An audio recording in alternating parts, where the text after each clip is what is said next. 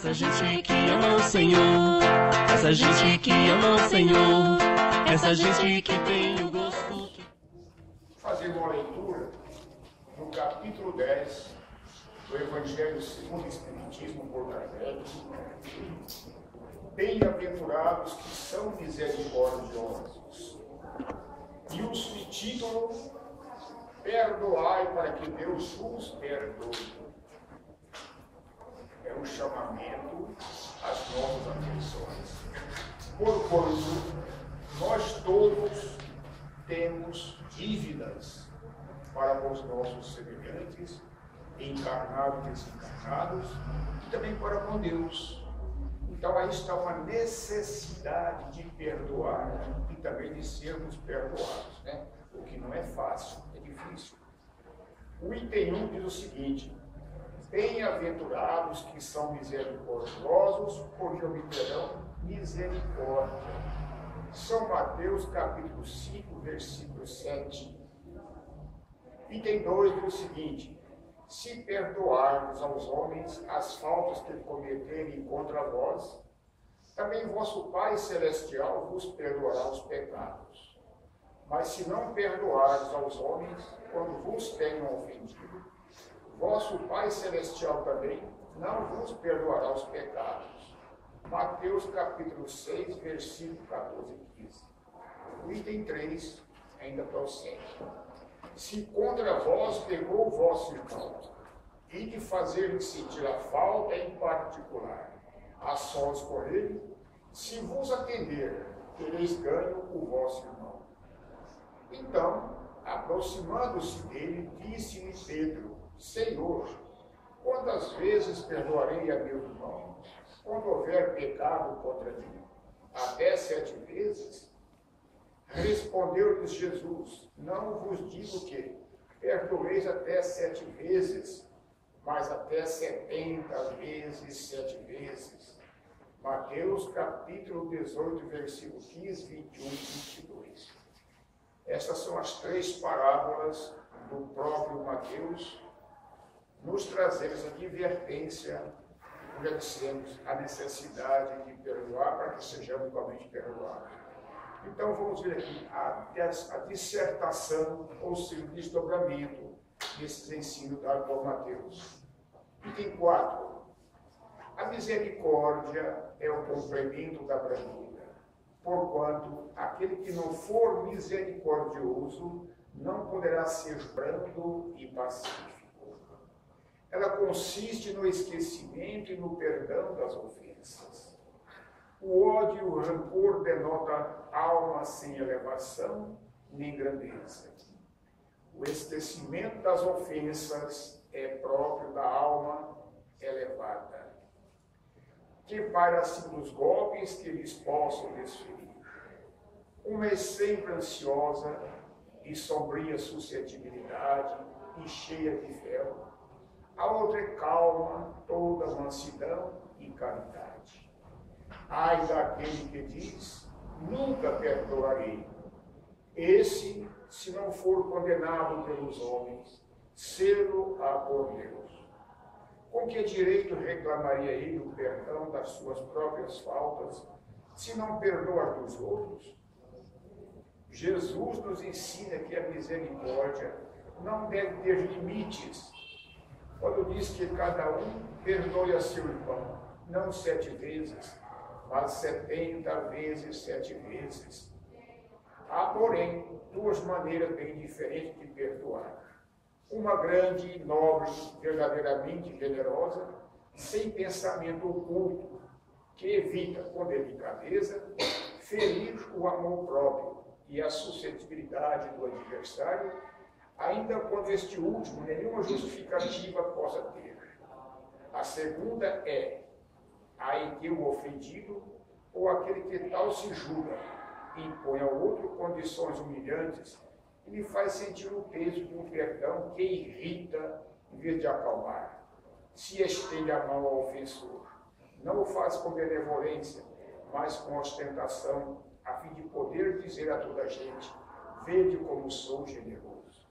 Nessas circunstâncias, é impossível uma reconciliação sincera de parte a parte. Não há aí generosidade, há apenas uma forma de satisfazer ao orgulho. Em toda contenda, aquele que se mostra mais conciliador, que demonstra mais desinteresse, caridade e verdadeira grandeza da alma, granjeará sempre a simpatia das pessoas imparciais. Nós ficamos pensando que Pedro, o apóstolo, foi muito feliz ao dirigir ao Mestre Jesus esta pergunta que ia ficar para a posteridade como um lembrete muito precioso. Senhor, quantas vezes devo eu perdoar meu irmão quando houver pecado contra mim? Até 7 vezes? Jesus pensa um pouquinho calmamente e responde a Pedro. Em verdade eu vos digo, não perdoeis apenas 7 vezes, mas 70 vezes 7 vezes. Se nós formos fazer aí a matemática, nós vamos achar uma equação de 490 vezes. Mas aqui diz bem claro para nós que o perdão não tem limites, ele é uma questão ilimitada. Tem que ser dado quantas vezes for necessário.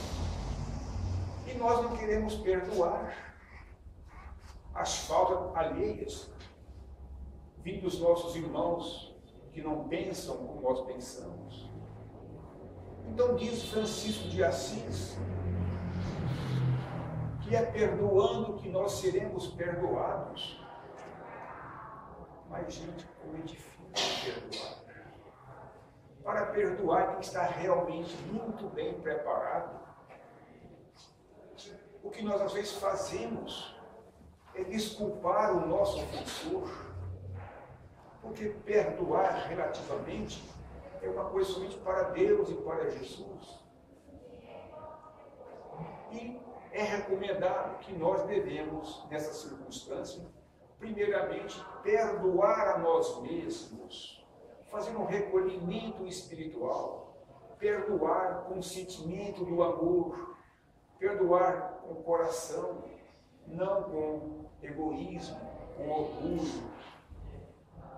É perdoar sem condições. Então não adianta perdoar só de lábios. Eu te perdoo, mas não passe nunca na minha frente. Se me ver, corta o caminho. Esse não é o perdão. O perdão tem que ser feito com esquecimento dos ultrajes, esquecer as ofensas, fazer do inimigo um amigo, para que possamos caminhar juntos. Neste capítulo está mais adiante, reconciliação com o vosso adversário. Nós temos que reconciliar os nossos adversários enquanto estamos a caminho, porque torna-se mais fácil. Uma vez, um de nós desprendido da matéria física, essa reconciliação torna-se muito difícil, porque aquele que partiu primeiro vai aguardar lá a nossa chegada. Então, essas indiferenças não terminam no sepultura, não. Porque está no Evangelho o seguinte: morto o cavalo, morto o veneno. Acabou. Mas o nome não é assim. Morre o homem, morre a matéria física, mas o espírito permanece com vida. Ele é a essência divina de Deus. Ele jamais irá morrer ou desaparecer. Então o espírito leva consigo as reminiscências da vida anterior, de coisas boas ou ruins. Então aquele que não perdoa, ele está tomado de ódio, de rancor, de violência, desejos outros que atrapalham a nossa carreira espiritual. Então nós trouxemos aqui um lembrete dentro desse contexto, chama-se a importância do perdão. Está relacionado ao que nós acabamos de ler. Temos um complemento, né? Era uma vez um rapaz que ia muito mal na escola. Suas notas e o seu comportamento iam de mal a pior. Era uma decepção para seus pais, que sonhavam com um futuro promissor, vê-lo formado e bem-sucedido. Um dia, o bom pai lhe propôs um acordo. Se você, meu filho, mudar seu comportamento, se dedicar aos estudos e conseguir ser aprovado no vestibular para a faculdade de medicina, lhe darei então um carro de presente. Por causa do carro, o rapaz mudou da água para o vinho.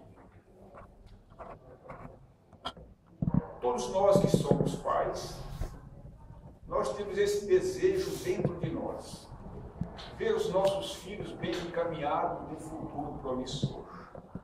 E entre as muitas formaturas, algumas destacam-se em primeiro lugar. Bem como a medicina. A medicina que cura, que alivia, que ameniza o sofrimento. Se bem que muitas das vezes os nossos irmãos facultativos não respeitam aquele juramento que fizeram no dia da sua formatura. Transformam em um comércio ganancioso, visando rendas fabulosas, adquirindo carros importados, adquirindo fazendas com terras ricas e muitos animais, apartamentos de cobertura. A gente pode dizer que entre as muitas profissões, a que mais enriquece, muito mais cedo que se pensa, é a medicina. Porque o ser humano vive sempre com enfermidade, recorre à medicina. Então aquele pai de família, vendo o filho, cheio de má vontade, de desinteresse, por que não dizer então um pouco de preguiça, ele estudava precariamente, naquele chamado banho-maria, ou seja, empurrando com a barriga. Ele não está nem aí preocupado com o seu futuro, ou dar uma atenção especificamente aos seus pais, dar um prazer. Por certo, já havia também reclamações das escolas que frequentava. Então o pai pensou, assim não está bem, está errado. Chamou o filho para se sentar juntos, olho a olho, e foram conversar. Meu filho, eu lhe peço que mude o seu comportamento na escola, passa a estudar efetivamente. Nós queremos o seu futuro, nós te amamos. A gente não quer que você passe aquilo que nós já passamos outrora.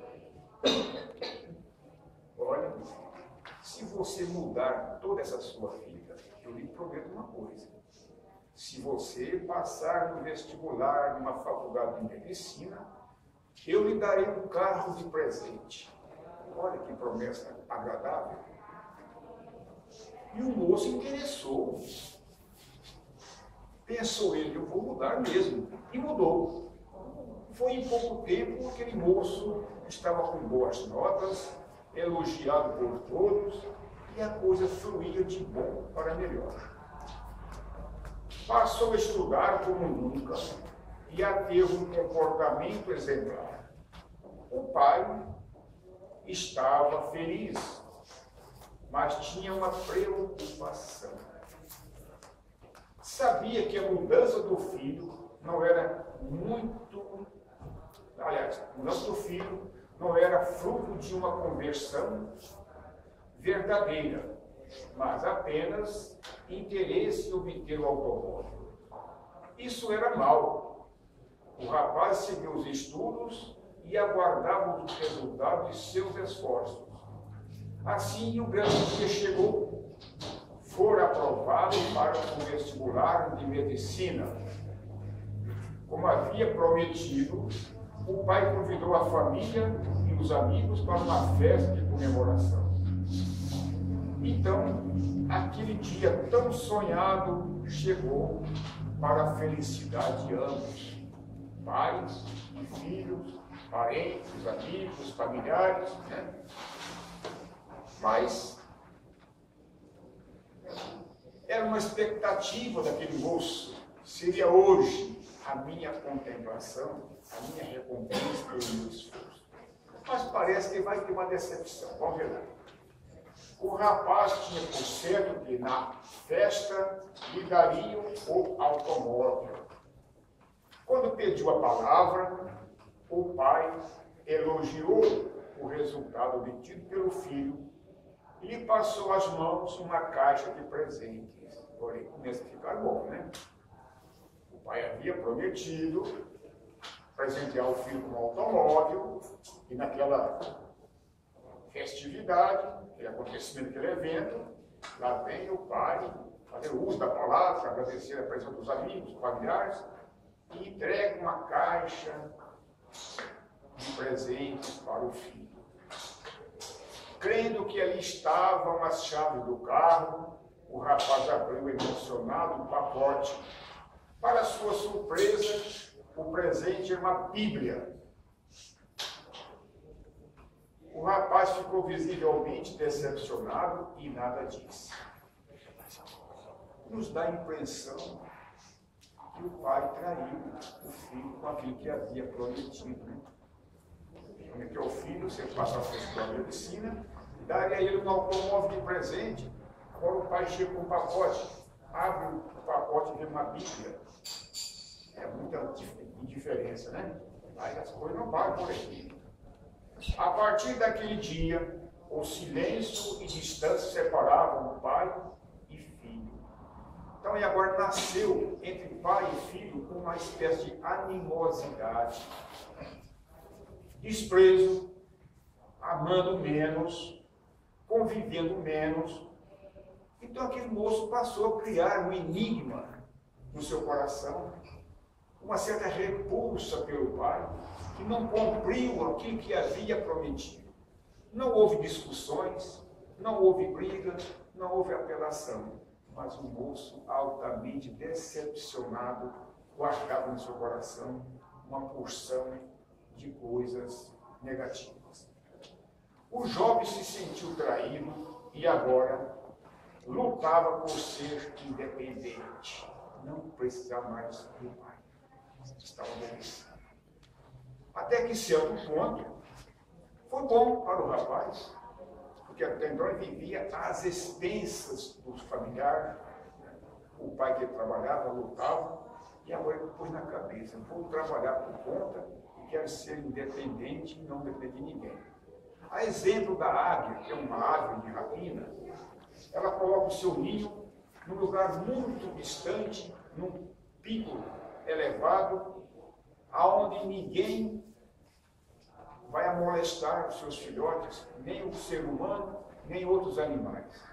E ali ela vela pelos filhotes até 2 anos de vida, tratando da instrução. Depois de 2 anos, ela abandona os filhos e se vira. Então também assim somos nós. Temos nossos filhos, a gente dá o carinho, dá o amor, dá segmento de vida, mas um dia eles têm que caminhar com suas próprias pernas, ou que nem a águia, voar com suas próprias asas. Né? Deixou a casa dos pais e foi morar no campus da universidade. Raramente mandava notícias da família e preferiu isolar-se da família, abandonar a família, evitar a família, não manter contato com a família. Naquele tempo não se sabe se tinha telefone, se tinha não ligado, ou não mandasse uma carta para confortar a família. Isolou, rabiou. O tempo passou e ele se formou, conseguiu um emprego em um grande hospital e se esqueceu completamente do pai. Quanto aquele pai se sentiria feliz e agora o filho formado, militando em um hospital conhecido e bastante renomado, naquela associação com médicos capacitados. Então aquele pai ia se sentir muito feliz, muito orgulhoso, muito radiante, mas isso não aconteceu. que o filho afastou. Todas as tentativas do pai para reatar os laços foram em vão. Coitado desse pai, né? Pelo muito que ele fizera, o filho não agradeceu e não perdoava.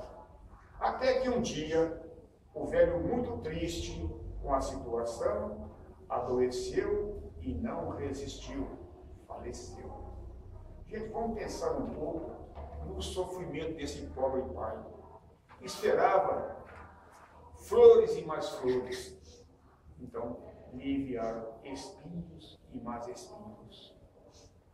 Aquele sentimento que ele tinha, aquela contrariedade pela falta do filho com ele, desconhecer o seu valor, desconhecer a sua paternidade, aquilo foi enfatizando ele. Ele foi sofrendo, ficando amargurado, talvez comendo menos, dormindo menos, perdeu o senso de viver, perdeu a alegria, perdeu tudo. Ele foi então se amofinando até que a morte veio e levou o pobre homem. No enterro, a mãe entregou ao filho, indiferente, a Bíblia que tinha sido o último presente do pai e que lhe havia sido deixado para trás.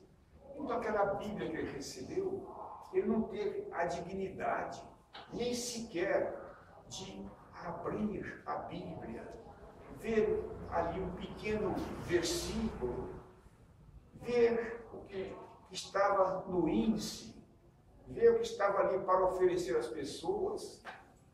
Ele foi também muito egoísta, muito sem piedade. Então ali deixou aquela Bíblia na casa da mãe. Mas com a morte do pai, a mãe sabia que ele ia ao velório e iria participar do sepultamento do pai. Então a mãe levou aquela Bíblia, que era o último presente que o pai havia dado ao filho, né? De volta à sua casa, o rapaz, que nunca perdoava o pai, quando colocou o livro numa estante, notou que havia um envelope dentro dele. Olha a surpresa, né? O rapaz regressando do cemitério à sua casa, levando consigo a Bíblia, talvez com mau humor, foi colocá-la em uma estante. Nesta hora ele pôde ver que ali havia alguma coisa.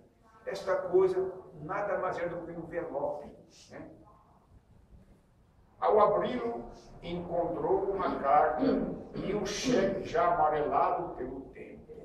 Olha aí, o homem estava realmente batendo o seu compromisso.